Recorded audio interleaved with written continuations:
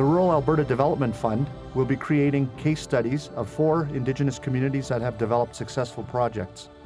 The 4 communities that we're doing case study research on are Blackfoot Crossing Historical Park, Métis Crossing, Alberta Indian Investment Corporation, and Mikisew Group of Companies. It's been a very ambitious project because it's doing something that very few organizations are doing, and that is saying what's right about these communities, how do we document how they got to be where they are, and turn them into tools so other communities follow in their footsteps. There is a fair amount of best practices research in the U.S. on Native American tribes, but very little documented in Canada. So we wanted to refresh some of those, bring in some new case studies into our program, and especially locally from Alberta.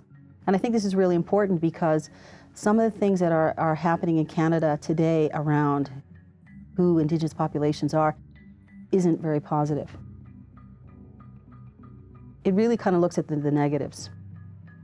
There's poverty issues, suicide, some of the drug addictions, and some of the things that are going on, which are very real problems, and we understand that.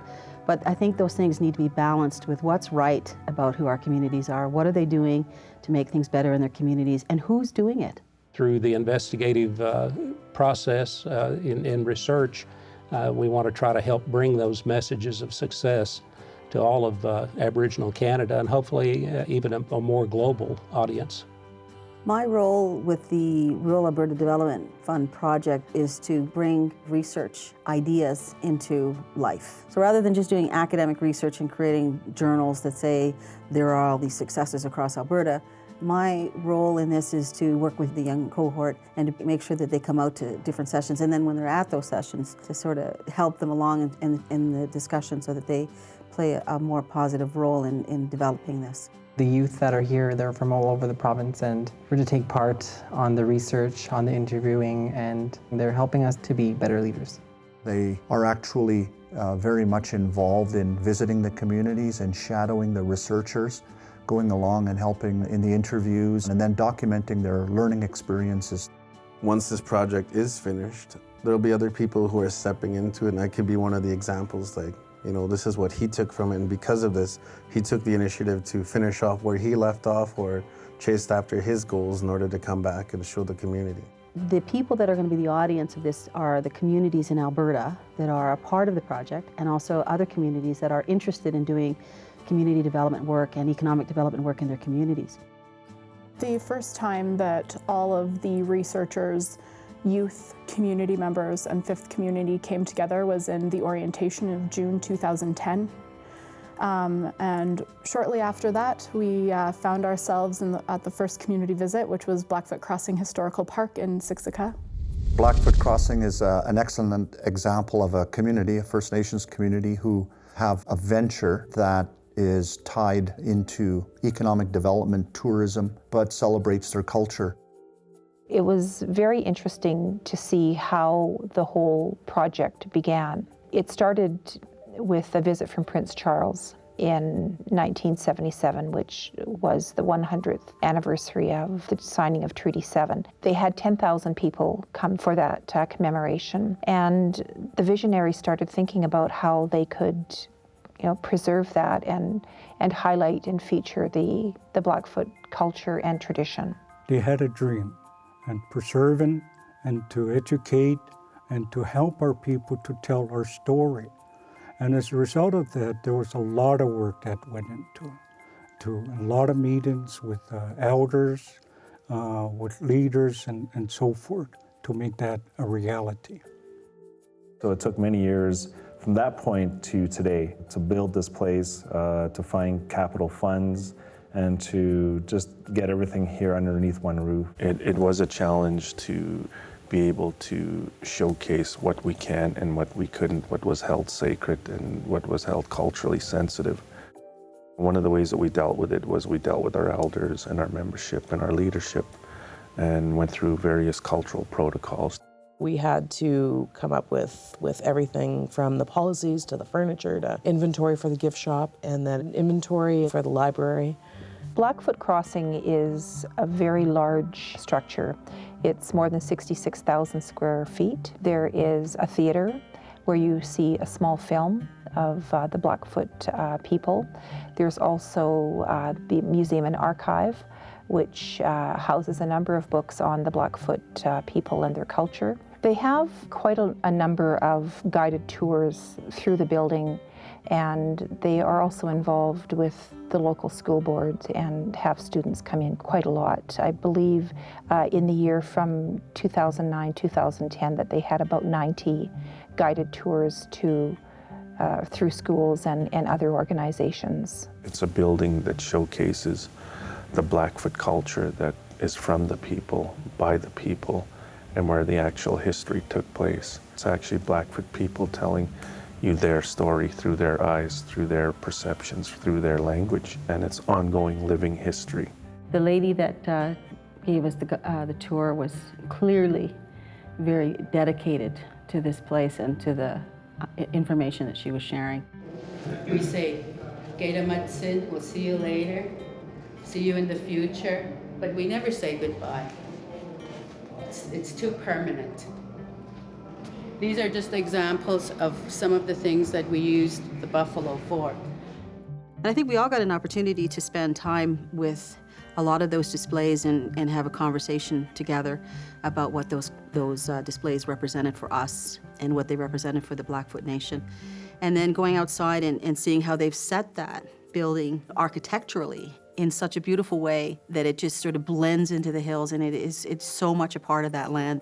They worked very closely with the architect to make sure that Blackfoot beliefs and values and mythology were incorporated into the building.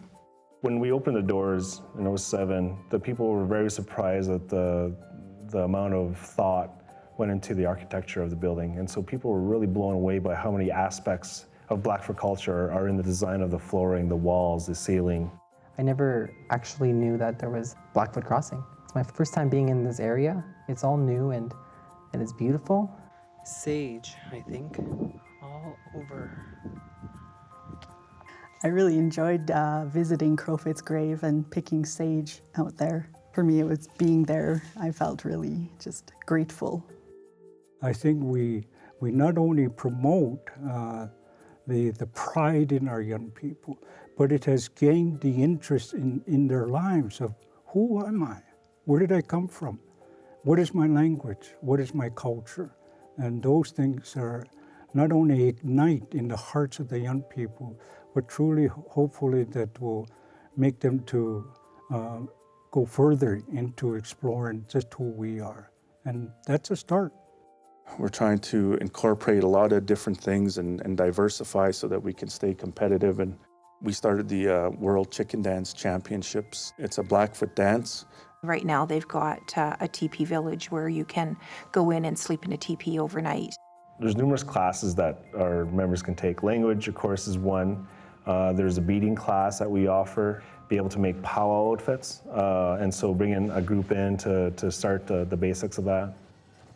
We went to Siksika Nation and participated in the powwow there, which was really incredible because the color and the number of dancers they had was just amazing. I don't think I've ever seen that many dancers in one spot in my life. For the type of project that we're doing, where we're looking at the culture of the Blackfoot people or the Siksika people, it was very useful for me as a researcher. The real interesting thing about being at the powwow was the fact that they did different ceremonies right there on the floor in front of people, and I thought that was really a wonderful thing to do because it gave kids that were in the building an opportunity to see that.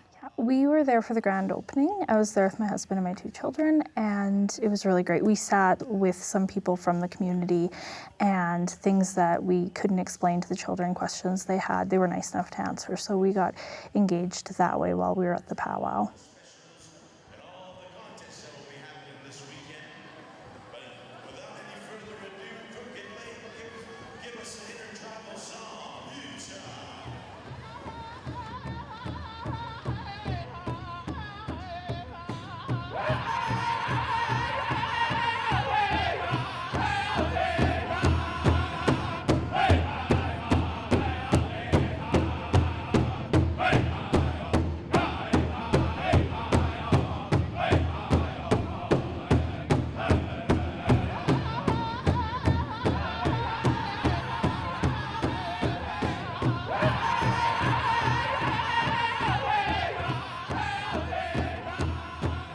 What was most impressive to me was the number of young people that were dancing. The little kids and the young children, and then the young teenagers, a lot. I really enjoyed feeling the community spirit there.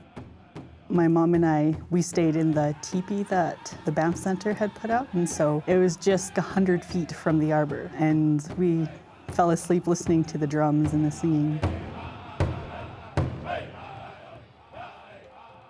When we're visiting with different communities and pulling together those research reports, the expectation of the researchers is that they look at some of the critical issues in each community, because each community is going to be very different.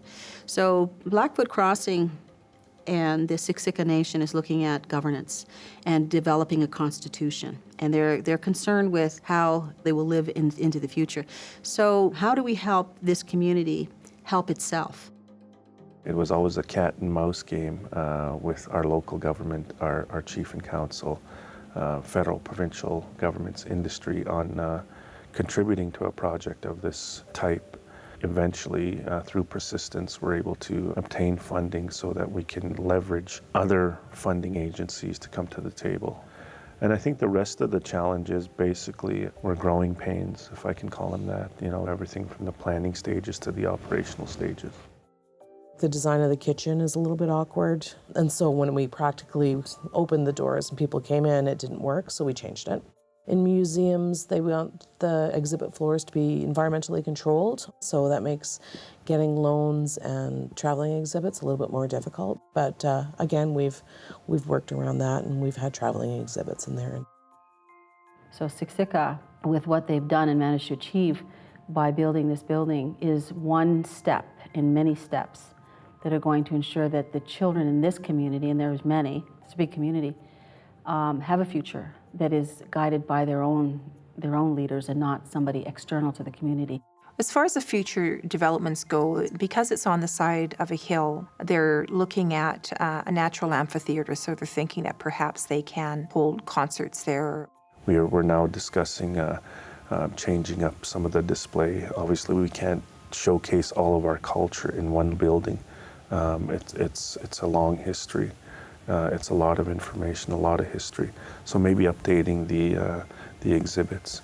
And as far as the park is concerned, continuing to build pathways. We're looking at some more practical things like some sort of accommodation, like an RV park, maybe attached to a convenience store / service station, gift shop, whatever, as sort of the for-profit generating entity that would subsidize the operations. We seem to hear a lot of negative aspects of business and ventures in the Aboriginal community. However, this is really and truly a success story, and that the people have worked very hard to put together, a world-class venue. And the fact that they have had as many people come through the door as they have shows that people are really interested. If we wanted to strictly look at best practices and how you generate revenue or strictly a monetary return, we would have turned this thing into a casino.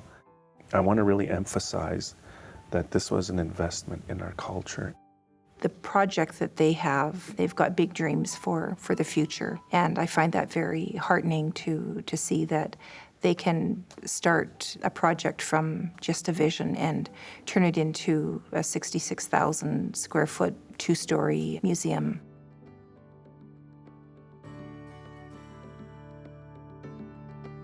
Métis Crossing is located just outside of Smoky Lake.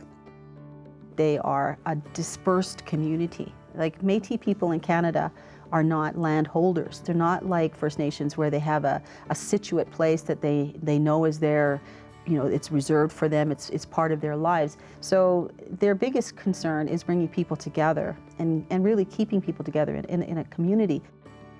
The birth of Métis Crossing, I think, goes a long, long way back when we talk about the history of that site, and we look at the first Métis family that came down the river and homesteaded there in 1878, and that family stayed there till 1975. It's a historical site along North Saskatchewan River, and it's a natural crossing that was fairly shallow, where in the old days when you traveled by canoe and horse and so on, it was an area where they could cross. and it was also a gathering place because it was a crossing. There are roads that go out from this place that go in a lot of different directions that the Métis were sort of migrating along. So building this center here has given them a gathering spot where all those Métis that are pretty dispersed and have a lot of diversity in their practices can now come back together again on an annual basis to celebrate their Métis heritage. The Métis Nation of Alberta had the opportunity to look at repurchasing that land so that we could continue to develop our cultural site there. From my knowledge of it, they've had a difficult time gaining recognition from First Nations, from other Aboriginal groups, and from Canada. And it's a struggle that they've really had to bring energy to and commitment and people, so they've really had to apply a lot of resources towards it. But it seems to have really strengthened their culture and their sense of community. And we started preliminary research doing a historical scan, which gives people in the room an overview of the history, the timeline of events. And it allowed for a lot of storytelling and people to reminisce about the history of Métis crossing. I cribbed this from Audrey's notes the other thing, is that in May of 2003 we got approved for the Centennial Legacy Grant of $1 million. Yeah, it wasn't 2001, it was three. Yeah. So we're going back to look at the inception of the ideas. What were the challenges that the people that were doing the planning exercises came up against? What kinds of ideas were generated? Who was generating those ideas? How did they deal with diversity or adversity in their planning stages, and what did it mean to the community as they worked their way through those things? I see it as a great opportunity to be able to document that, and for other people to use will probably save a lot of frustration, a lot of money, a lot of time for other people, and at the same time for Métis crossing as well, because we can learn from our mistakes and move forward. They really articulated that they wanted an area where they could celebrate their Métis culture and teach others about their Métis culture.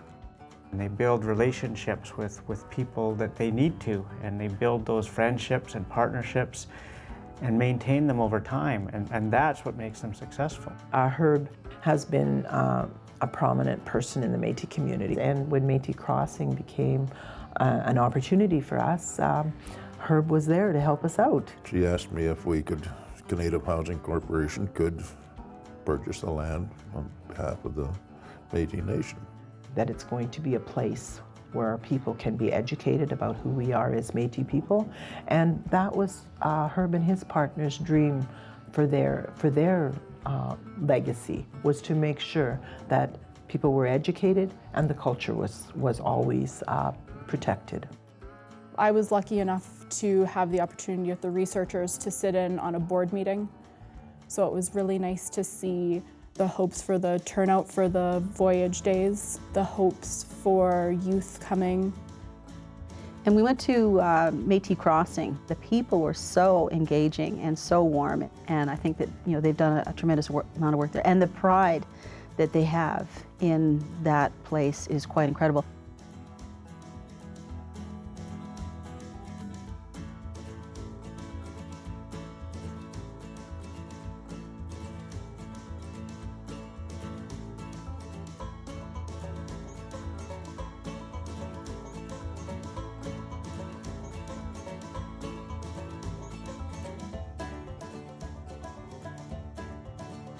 The thing that I always think about when I think of Métis people is the fiddle and the dance. And we were not disappointed in any way by the dance and song that they offered us up for that weekend that we were there. And I think that was a real tremendous tribute to themselves and also to Homer, because Homer's place was dedicated that weekend that we were there. And I thought that was one of the highlights of the trip in terms of our ability to have the opportunity to spend that time with them. I've been listening to my dad's CD more often ever since he went. I know there's beading, there's the fry bread cooking, there's storytelling. I heard there's genealogy that we're going to go look at. We're going to go interview some more youth. Just be involved and interactive, take in anything that there is. Do you work here? Yes. What do you do here?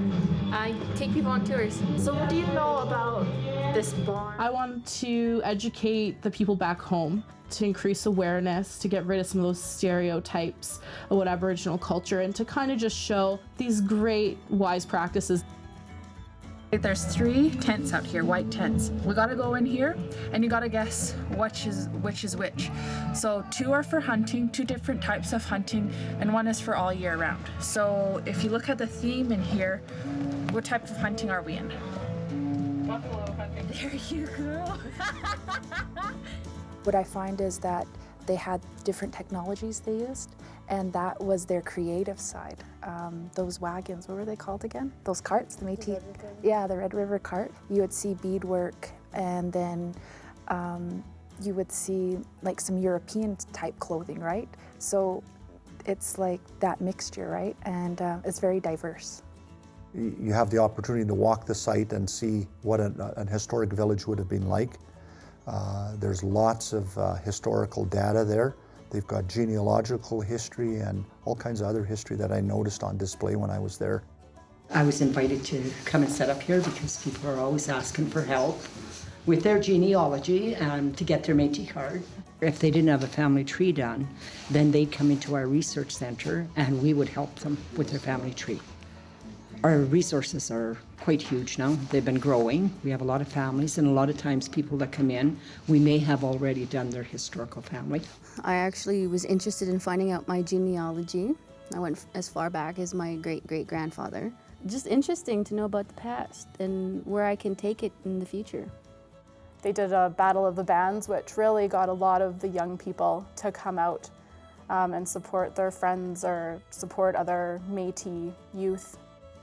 I bring my family with me, and I have 2 sons. They're 11 and 13, and they only know since 2005 that every year we're coming to Métis Crossing, so that kind of excites me. So I already know it's being passed into the next generation.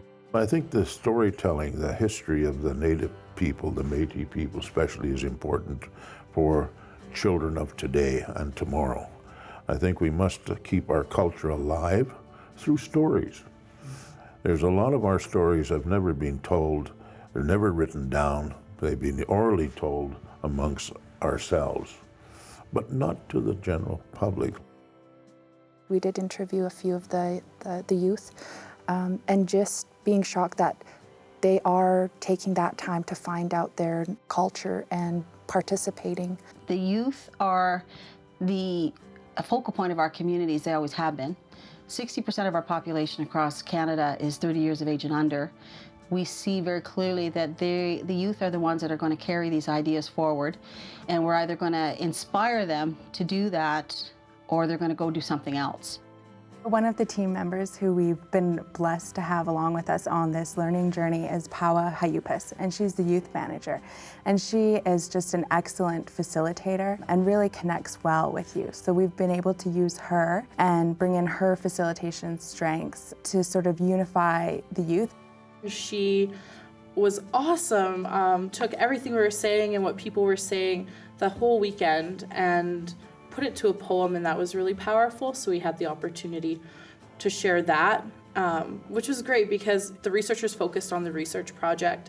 We focused on what we've been taking from our whole experience, but then we got to share something a little more creative. Métis are for eternity, ancestral spirits here, filling up generations with hope and light, playing the fiddle and jigging into night. At Homer's place in dedication, we see the world through their eyes, with great appreciation.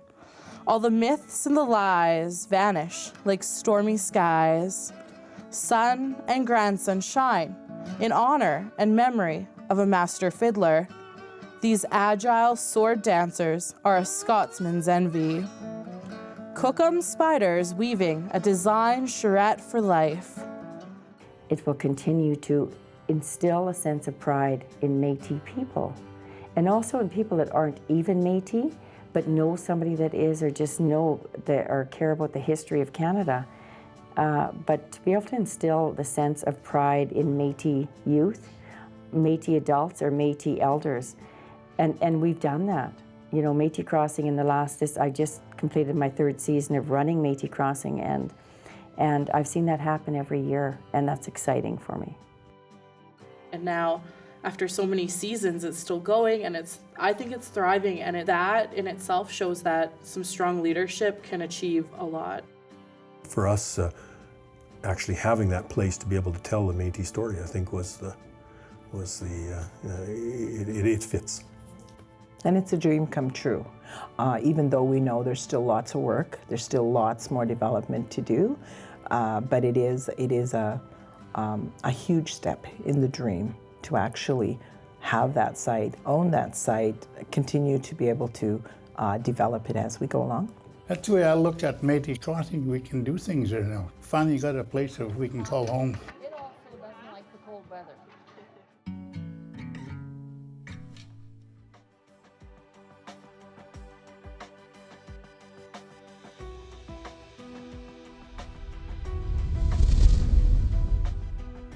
We headed up to Fort McMurray to go and visit some of the companies in the Mikisew group of companies.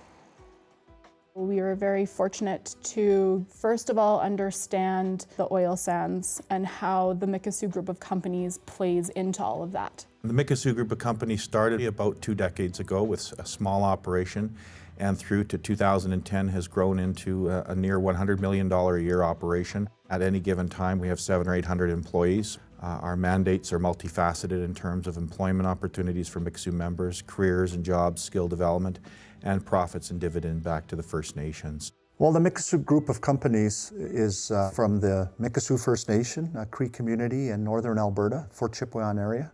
Fort Chipewyan is the oldest community in Alberta. We're comprised of Dene people, we're comprised of Crees and Métis, and the community itself is on the very edge of the Canadian Shield.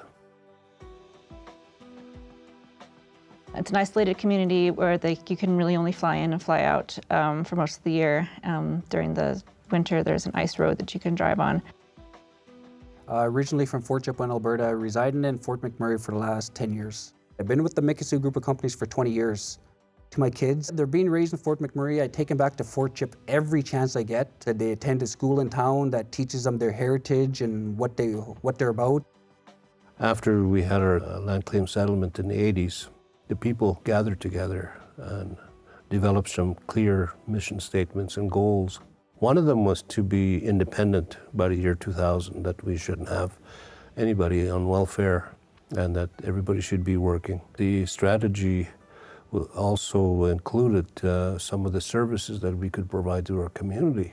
The fuel prices were very, very high, so we bought out the franchise to deliver fuel. Henceforth, we started Fort Petroleum.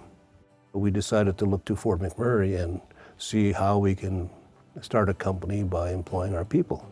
So it's an amazing example of a community investing in a business or two, and then how that's grown to several companies that are all benefiting from the oil development in the region. And we have Mikisew Maintenance Limited as part of the Mikisew Energy Services Group, Mikisew Industrial Supplies, and we have Mikisew Sport Fishing, the Super 8 Hotel, Mikisew Commercial Property Development, Mikisew Fleet Maintenance, and Fort Petroleum in Fort Chipewyan. Their mission is bigger than just making a profit. They also have a responsibility to the community, and they provide funding for some of the operations within the First Nation. But one of their big things that they're doing right now is they want to be able to prepare this generation for the future. So they've gone through quite a long process of setting up training, setting up mentoring situations where they can take Mikisew members that are already in the company and train them and mentor them and build them up to a place where they can take on larger responsibilities and build their capacity. We focus on trying to get as many of our Mikisew members into the workforce, but we do hire non-Aboriginals as well. We went to see the Mikisew fleet maintenance, and we got to talk to a young gentleman who came from Fort Chipewyan and was getting training. It was very inspiring for the youth. They got really engaged and asked a lot of great questions to him and other employees. When we went out to the Mikisew fleet, it was really fun to actually get out there and interview the two staff members that were there. Are you from Mikisew, Ben? Oh, yes, I am. And did you come here to work for this company, or what did you come here for? Yeah, I came to work for like the company for Mikisew Band, taking my apprenticeship through them so I can get my journeyman ticket. I came here as a first-year automotive service technician, and they have put me through 3 years of technical training, which is 8 weeks at the Northern Alberta Institute of Technology.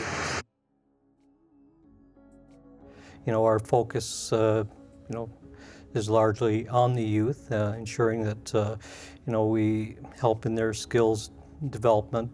After I'm a licensed automotive service technician, I could move on to a supervisor or foreman or move into the management field. It's really up to me. Sometimes we provide too much support. They become dependent on us. And so for working skills and working attitudes, we like to see them work for other companies. And then, if they want to come back later and help us build our companies, it's a plus for everyone. The youth also got to go to visit an oil sand just to see what Mikisew is contributing. And it was a very eye-opening experience, but they got a deeper understanding of what it is that Mikisew Group of Companies does. I think that a lot of First Nations do participate in business to get out of a dependency cycle. Sometimes those industries are somewhat controversial, like gaming or other types of mining. There's a multitude of issues that are out there that any Native Nation, First Nation has to deal with. People always ask us this question: are you concerned about the environment? And we reply back by saying, yes, we are concerned about the environment. Who wouldn't be concerned about their environment, especially if you grew up and lived in that area? But one of the things that people should understand is that we have an organization that is part of Mikisew that works very closely with industry, and they're called Government-Industry Relations. Their job is to disseminate information, provide information, challenge any concerns that they might have. It's not a matter of this environment being more important than employment. They're equally important. Our young people must have careers, they must have a future, and we have to equip them. The one thing that was said that resonated with me and has stayed with me is Dale Monaghan, who was the CEO at the time, said, "We were here before the oil sands were developed. We're here now, and we're going to take advantage of the economy and what it's going to do for our community and the resources that it generates for our people. And we're going to be here when everybody's gone." I think that the depth of that statement needs to be heard and felt by Canadians across Canada, because they don't understand how is it that people are where they are and why do they stay there when there are situations where they're talking about fish dying in the river and pollution on the lands that they've inhabited. How come they stay there? And they don't understand that there's a real sense of place and permanence there. So of course they're concerned about the cleanup and how the monies are put into restoration. In order to have a voice in what happens in this industry, really they need to be able to talk as a stakeholder. And the reality is this industry is going to happen. And their goal is to provide for their community. They really push the company to be environmentally sustainable in the region, but also want to take part in the benefits of the economic development in that region. I've learned so much about leadership and how it evolves and how it changes and how it's dynamic, not static, and that leadership isn't just in the form of governance. So not only are they providing jobs and taking advantage of that, they actually have now, they run businesses, they've learned how to do businesses and are growing that.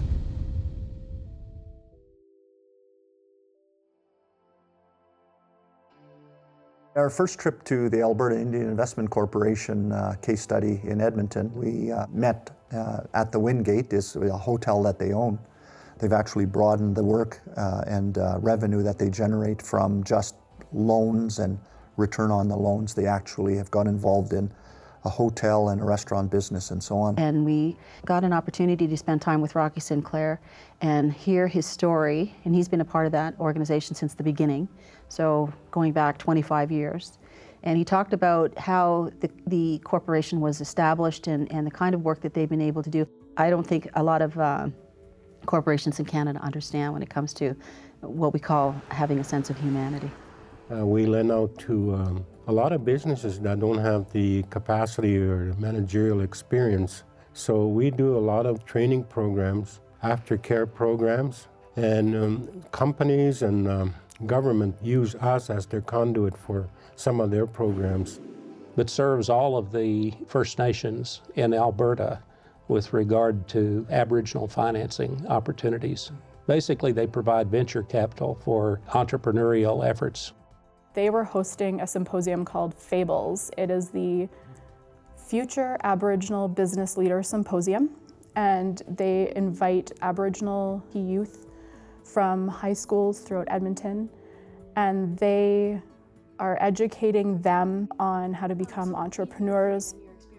There was a business symposium for the high school students, and Andrea and I took part in the business planning process that they had. We're also fortunate enough to hear from 2 young entrepreneurs who received funding from Alberta Indian Investment Corporation, and their speeches were very powerful. So I went to work. I went and I figured I've got my 2 hands. These are my tools in my mind, and I really enjoyed being outside. So I found framing and building houses. And he just really wanted to portray how grateful he was to the Alberta Indian Investment Corporation for putting that trust and encouragement into him. It's really amazing because during this symposium, the youth actually came up with these kind of like mock business plans and so on in such a short period of time. It's amazing how many great creative ideas come out of these youth when they start thinking like a business person. Right now, I'm taking a program to help me start my own business, and I was introduced to this program when I attended their youth entrepreneurship camp. There was a lot of growth for everyone, I think, and it was an amazing experience. Certainly youth are central to that, and I think it's essential now because, the demographic in terms of the Aboriginal youth are such that it's, the largest and fastest growing segment of all peoples, throughout Canada. And I know a lot of young people have business ideas as well, and they all have these ideas, but they feel that they can't go there. So I could probably bring the information back and say, these people will listen to you and they'll help you along with your plan, and you can learn from there. We had an opportunity to work with the Acadia Centre, and what it is relates to, basically training the trainer. So that's to build capacity within the community. They provided in a 10-module format over the 5 days all kinds of skills, beginning with on how to counsel a client, an entrepreneur, in basically any stage of their business. I work on what they term the softer side of working with the entrepreneur, and that's bringing the idea or promoting the idea of entrepreneurship to the communities and First Nation entrepreneurs. The best part of my job is helping my people, both on and off reserve, with their endeavors. I provide financing for First Nation-owned businesses. AIIC supported me in every aspect of my journey of putting my salon together. The biggest thing was the business proposal, so when I did go ahead and do that, if I had any questions or concerns, I could always phone them. I run a commercial and residential framing construction company. I was looking for some support services for to help develop my business plan and some of the projections that I was working on. So to have a little bit of mentorship and people to help you along the way, I think is really important. And the one thing that really struck me about the Alberta Indian Investment Corporation is its philosophy. The primary consideration for them is not so much the ability to repay the loans, and certainly they want the people to do that, but the primary consideration for them was character. They said, you know, we're more concerned with the character of the individuals that come through the door and their enthusiasm and motivation and willingness to establish a business and keep it going. When one goes to a commercial bank for a loan, generally they have what's called an asset-based lending system. So they say, do you have a house? You know, what kind of assets can you pledge as collateral for this loan? In a developmental lending environment like AIIC, they know that that's not possible because of the way the land is held and those legal requirements in the Indian Act. So what they do is they loan on character. I would say if I probably went to a regular bank, I think I'd have run into a lot more struggles there, probably because I probably had some holes in my, probably in my business plan. There was probably, you know, a few gaps there where when I came in here and talked to Dawn, just absolutely made me feel comfortable and helped me work through those gaps to fill it in. The stuff they're replacing, I've been with this company, like I say, probably 10, 12 years, do the majority of their work for them. I think with the Alberta Indian Investment Corporation, the challenges that they're going to have there is sustainability. Because of the very things that make them the most wonderful are also the things that are going to challenge them the most in the future. Because if you're going to put money into people, and some of those people don't repay the loans to your corporation, it's going to erode your capital. They have the hotel, and they have the restaurant, and they have other economic initiatives that have been put in place to be able to sustain that philosophy. We've managed as a corporation to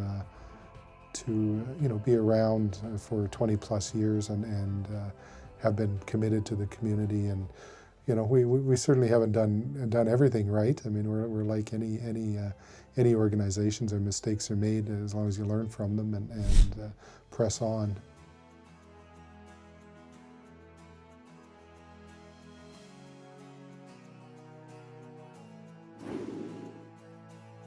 They've loaned over $50 million now since their startup, and their investment fund is somewhere around $4 million. So you can see what kind of a turnover you get with the kind of a fairly small investment if you would compare that to one of the large commercial banks. If more people across Canada had an understanding that when you're talking about First Nation communities, Métis communities, Inuit communities, and you want them to be able to be successful, if more people understood that you have to have that kind of a philosophy to help them, then more communities would have viable businesses today. Because it's not only about here's the money, now go away and make sure you pay your loan off. It's more about we have money that we can offer you, and we have support that we can offer you, and we have camaraderie that we can offer you, and you can come in here at any time and speak to us, ask us questions, and we will answer you, and we will be there for you as you go through this process. These case studies will be out there, and will be out there for everybody to read and for everybody to understand that this is what Aboriginal people are capable of. Everybody's doing something a little bit different, and some of the things are very similar, but it's important for people in the communities that are working very hard to build their communities into viable economic forces to see how other people are doing what they're doing. The Best Practices in Rural Alberta Project is a very inspiring project. Watching the youth from where they've come, from the orientation, and to hear the dreams that they have for the future of their communities and for their children's future is really powerful. And I hope that one day they can take all this information back to their communities and make a success story themselves.